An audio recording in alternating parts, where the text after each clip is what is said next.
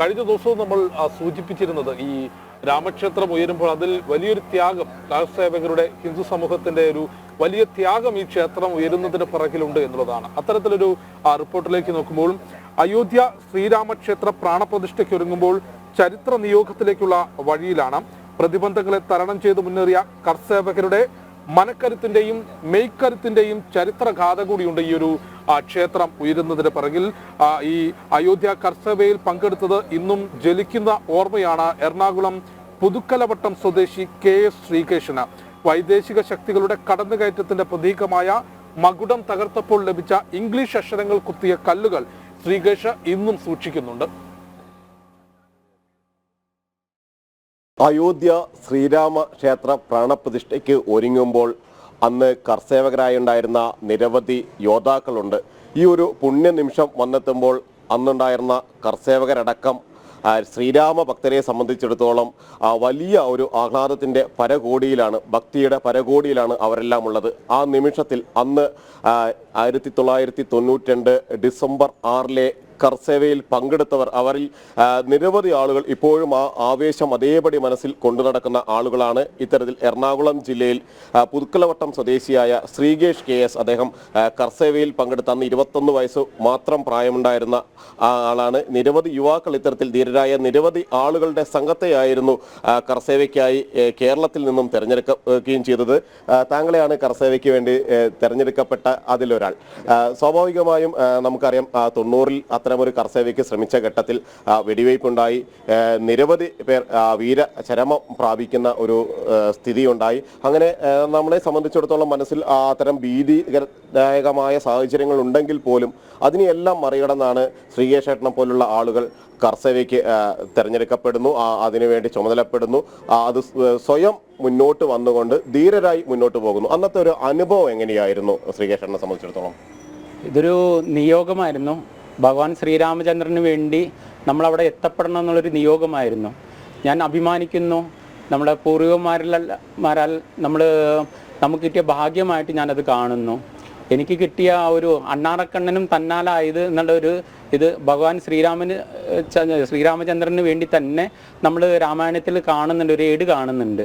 അതേപോലുള്ളൊരു നിയോഗമായിട്ടാണ് ഞങ്ങൾ എന്നെക്കൊണ്ട് ഇത് ശരിക്കും പറഞ്ഞാൽ ക്ഷേത്രം പണിയുക എന്നല്ല, രാഷ്ട്ര പുനർനിർമ്മാണം എന്നുള്ള രീതിയിൽ രാമക്ഷേത്രത്തിലൂടെ പുനർനിർമ്മാണം തുടങ്ങി വെച്ചിരിക്കുകയാണ്. പണ്ട് നമുക്ക് വൈദേശിക ആക്രമണങ്ങളിൽ കണ്ടമാനം 1ഉം 2ഉം ക്ഷേത്രങ്ങളല്ല തച്ചുടച്ച് തകർത്തത്. അതിൽ അവരുടെ ഉദ്ദേശം കൊള്ളയടിക്കുക, ഭാരതത്തെ കൊള്ളയടിക്കുക എന്നുള്ള ലക്ഷ്യത്തിലായിരുന്നു അവർ നമ്മുടെ നാട്ടിൽ വന്ന് ആക്രമണം നടത്തിയത്. അതിൽ അവസാനം ബ്രിട്ടീഷുകാരിൽ വരെ കൊള്ളയടിച്ചുകൊണ്ടാണ് തന്നെയായിരുന്നു അവരുടെ ഭരണം. അപ്പോൾ അതിൽ നിന്ന് നമുക്ക് സ്വാതന്ത്ര്യം കിട്ടിയെങ്കിലും അതിനുശേഷം അതിനു വേണ്ടി തിരിച്ച് നമുക്കത് നേടാൻ വേണ്ടിയുള്ള രാഷ്ട്രീയമായിട്ടുള്ള ഇച്ഛാശക്തിയുള്ള ഒരു ഭരണം വന്നിട്ടുണ്ടായിരുന്നില്ല. ശരീരം വെടിഞ്ഞും ദേഹം വെടിഞ്ഞും ജീവൻ ത്യാഗം ചെയ്തും എത്രയോ രക്തസാക്ഷികൾ ഉണ്ടായിട്ടുണ്ടായിരുന്നു, ഭഗത് സിംഗിനെ പോലെ. അതേപോലെ തന്നെ ഉള്ളിൽ അത് തിരിച്ച് നേടണം, സ്വാതന്ത്ര്യ സമരത്തിൻ്റെ ഭാഗം തന്നെയാണ് ശ്രീരാമക്ഷേത്രവും എന്നുള്ള രീതിയിലായിരുന്നു അത് നിർമ്മിക്കാനായിട്ട് കർഷകർ പുറപ്പെട്ടത്. ശ്രീകൃഷ്ണൻ പറഞ്ഞതുപോലെ അതൊരു ദേശീയതയുടെ കാഹളമായിരുന്നു അന്ന് യഥാർത്ഥത്തിൽ മുഴങ്ങിയത്. വൈദേശിക ശക്തികളെ ആ വൈദേശിക ശക്തികൾ രാജ്യത്ത് പണിതുയർത്തിയ അവരുടെ ചിത്രങ്ങളാകുന്ന, അവരുടെ നേർചിത്രങ്ങളാകുന്ന കോട്ടക്കൊത്തളങ്ങളെല്ലാം തകർത്തുകൊണ്ട് ദേശീയ രൂപങ്ങളായി മാറുന്ന ദേശീയതയുടെ വലിയ പ്രകമ്പനം അവിടെ മുഴങ്ങണം എന്ന ഒരു ചിന്ത മാത്രമായിരുന്നു അന്ന് സ്വയംസേവകരെ സംബന്ധിച്ചിടത്തോളം, കർഷകരെ സംബന്ധിച്ചിടത്തോളം ഉണ്ടായിരുന്നത്. ഈ ഒരു ഘട്ടത്തിൽ അന്ന് അവിടെ നിന്ന്, അതായത് വൈദേശികതയെക്കുറിച്ച് നമ്മളിപ്പോൾ പറഞ്ഞു, വൈദേശികതയുടെ ആക്രമണത്തിൽ അത്തരത്തിൽ നിരവധി ക്ഷേത്രങ്ങൾ തച്ചുടക്കപ്പെട്ടിട്ടുണ്ട്. അതിൻ്റെ എല്ലാം ഒരു ബാക്കി പത്രമായി മാറിയ ഇഷ്ടികകൾ അവിടെ നിന്ന് ഈ കർസേവയ്ക്ക് ശേഷം കൊണ്ടുവന്നിരുന്നു താങ്കൾ. അത് ഇപ്പോഴും അത് വൈദേശികതയുടെ ഒരു പ്രതിരൂപമായി തന്നെയല്ലേ അതിനെ നമുക്ക് കാണാൻ കഴിയുക? അതെ, തീർച്ചയായും. അത് ഡോം തകർന്ന് വീണപ്പോൾ ഞാൻ ഡോമിൻ്റെ മേളിൽ നിന്ന് കർസേവയ്ക്ക് ആവേശം തിരതല്ലിയിട്ടായിരുന്നു കർസേവർ ഒഴുകി അതിൻ്റെ മേളിൽ കയറിയത്. അതിൻ്റെ ഭാഗമായിട്ട് ഞാനും കയറി തകർന്ന് വീഴുന്ന സമയത്ത് ഞാൻ വീണ് കഴിഞ്ഞ ആദ്യത്തെ ഡോം തകർന്ന് വീണപ്പോൾ അതിൻ്റെ ഭാഗത്ത് ആ പൊടിപടലം അടങ്ങി കഴിഞ്ഞ് അതിൽ പെട്ട ആളുകളൊക്കെ രക്ഷപ്പെടുത്തുന്ന സമയത്ത് ഞാൻ നോക്കിയപ്പോൾ 2 ഇംഗ്ലീഷ് അക്ഷരങ്ങളിൽ കൊത്തിവെച്ച 2 ഇഷ്ടികൾ എനിക്ക് കിട്ടി. സുർക്കയിലാണ് ആ ഡോം പണിതേക്കണത്. സിമെൻറ്റോ മറ്റുള്ള കാര്യങ്ങൾ കണ്ടുപിടിക്കണം മുന്നേ പണിത ഡോമാണ്. ബ്രിട്ടീഷുകാരുടെ കാലത്ത് പണിതതാണെന്നുള്ള തെളിവാണ് ആ 2 ഇഷ്ടികളിലും ഇംഗ്ലീഷ് അക്ഷരങ്ങൾ. ഞാനത് കണ്ടപ്പോൾ എനിക്ക് അതിൽ ഒരു ജിജ്ഞാസ തോന്നി. അതിൽ ഒരു ഗൂഢാലോചന, കാരണം ഡിവൈഡ് ആൻഡ് റൂൾ എന്നുള്ള രീതിയിൽ ഭിന്നിപ്പിച്ച് ഭരിക്കുക എന്നുള്ള ബ്രിട്ടീഷുകാരുടെ തന്ത്രത്തിൽ ഏതോ ഒരു സാഹിബിൻ്റെ മനസ്സിൽ തോന്നിയതായിരിക്കാം ആ ഇംഗ്ലീഷ് അക്ഷരങ്ങളിൽ. നമ്മുടെ നാട്ടിലും ഓട് നിർമ്മിക്കുമ്പോൾ ആ ഓടിൻ്റെ മേളിൽ കമ്പനിയുടെ പേര് അവർ ഇമ്പോസ് ചെയ്യാറുണ്ട്. അതേപോലെ തന്നെ ഒരു ബ്രിട്ടീഷുകാരുടെ മനസ്സിൽ തോന്നിയ ഇംഗ്ലീഷ് അക്ഷരങ്ങളിൽ അത് ശരിക്കും എനിക്കത് അതിൽ കൗതുകം തോന്നിയിട്ട് അത് കണ്ടിട്ട് മാറ്റി വെച്ചതാണ്. അത് കൊണ്ടുവന്ന് നമ്മുടെ നാട്ടുകാരെ കാണിക്കണം. ബ്രിട്ടീഷുകാരാണ് ആ മകുടങ്ങൾ പണിതത്. നമ്മുടെ ആ പരിസരത്തുള്ള മുസ്ലിങ്ങൾ മുഴുവൻ അതിൽ അനുകൂലമായിരുന്നു. അവർക്കൊരു എതിർപ്പുണ്ടായിരുന്നില്ല. ഞങ്ങൾ കർസേവയ്ക്ക് അവിടെ എത്തിയപ്പോൾ അവരുടെ കൃഷിത്തോട്ടങ്ങളിൽ നിന്ന് ക്യാരറ്റ് പറിച്ച് തിന്നോളൂ, ഞങ്ങൾക്ക് വേണ്ട സൗകര്യം ഭക്ഷണം എല്ലാം അവരാണ് തന്നത്. അപ്പോൾ മതപരമായിട്ട് അതിന് യാതൊരു എതിർപ്പുണ്ടായിരുന്നില്ല. ആ സമൂഹത്തിന് അവർക്ക് എതിർപ്പില്ല. നാട്ടുകാരായ മുസ്ലിം സമൂഹത്തിന് അവർക്ക് എതിർപ്പുണ്ടായിരുന്നില്ല. ഞങ്ങളോട് സഹകരിച്ച് നമുക്ക് വേണ്ടി എല്ലാ സൗകര്യം ചെയ്തു തന്ന സമൂഹമായിരുന്നു അവർ. അപ്പോൾ ആ ക്ഷേത്ര കർസേവ ചെയ്ത് കൊണ്ടുപോകാനുള്ള ആവേശം നമ്മൾ ഈ ഇഷ്ടിക കണ്ടു കഴിഞ്ഞപ്പോഴേക്കും മുഴുവൻ ബാക്കിയുള്ളതും കൂടി തകരണം. കാരണം ബ്രിട്ടീഷുകാരുടെ അവശിഷ്ടമായിട്ട് നമ്മുടെ അഭിമാനത്തിന് മേളിൽ അപമാനമായിട്ട് നിലനിൽക്കുന്ന ആ 3 മകുടങ്ങളും പിന്നെ തകരണമെന്ന് കർഷകർ ഇച്ഛാശക്തിയോട് തകർത്തുകൊണ്ട് മാത്രമാണ് അതിൽ ആ ഗൂഢാലോചന നമുക്ക് പുറത്തുനിന്ന് കാണിക്കാൻ പറ്റുന്ന രീതിയിലുള്ള തെളിവ് എൻ്റെ കയ്യിലുള്ളത്.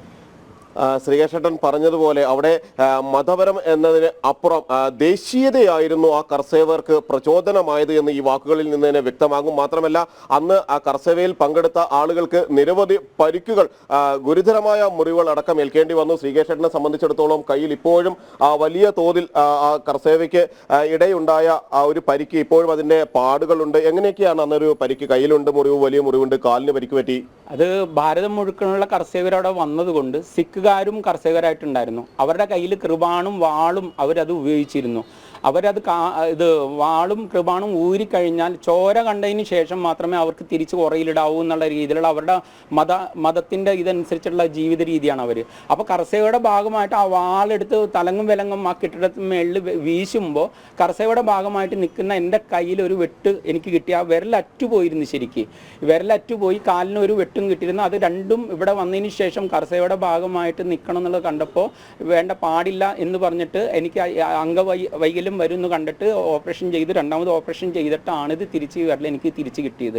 തീർച്ചയായും എത്രമാത്രം അന്ന് ആ കർസേവകർ സഹിച്ചിരുന്നു എന്നതിൻ്റെ പ്രത്യക്ഷ ഉദാഹരണം തന്നെയാണ് അദ്ദേഹം പറഞ്ഞിരുന്നത്. കാരണം വിരലറ്റുപോയി, കാലിൽ ഗുരുതരമായ പരിക്ക്, ഇതിനെല്ലാം ഒപ്പമാണ് ആ ഇഷ്ടികകൾ താങ്ങി പിടിച്ചുകൊണ്ട് അത് കേരളത്തിലേക്ക് അദ്ദേഹം എത്തിക്കാൻ വേണ്ടി ആ മുറിഞ്ഞ കൈയുമായി എത്തിക്കുന്നു. പിന്നീട് ഏറെ നാളത്തെ ചികിത്സയ്ക്ക് ശേഷമാണ് അദ്ദേഹം പൂർവ്വസ്ഥിതിയിലേക്ക് അല്ലെങ്കിൽ രോഗകരമായ അവസ്ഥയെല്ലാം തന്നെ അതിജീവിക്കാനും കഴിയുകയും ചെയ്തത്. സ്വാഭാവികമായും ഇത്തരത്തിലുള്ള നൂറുകണക്കിന് കർസേവകർ തന്നെയാണ് ഇന്നും ശ്രീരാമ ഭക്തരുടെ, അവരെ സംബന്ധിച്ചിടത്തോളം അവർക്ക് വഴികാട്ടികളായി മാറിയിരിക്കുന്നത്. ശ്രീകേശേട്ടനെ പോലെ നിരവധി ആളുകൾ ഇനിയും സംസ്ഥാനത്തിന്റെ രാജ്യത്തിന്റെ പല ഭാഗങ്ങളിലുണ്ട്. നമ്മുടെ കൊച്ചു കേരളത്തിൽ പോലും നിരവധി ആളുകൾ കർസേവയ്ക്ക് മുന്നിട്ടിറങ്ങിയ ആളുകളുണ്ട്.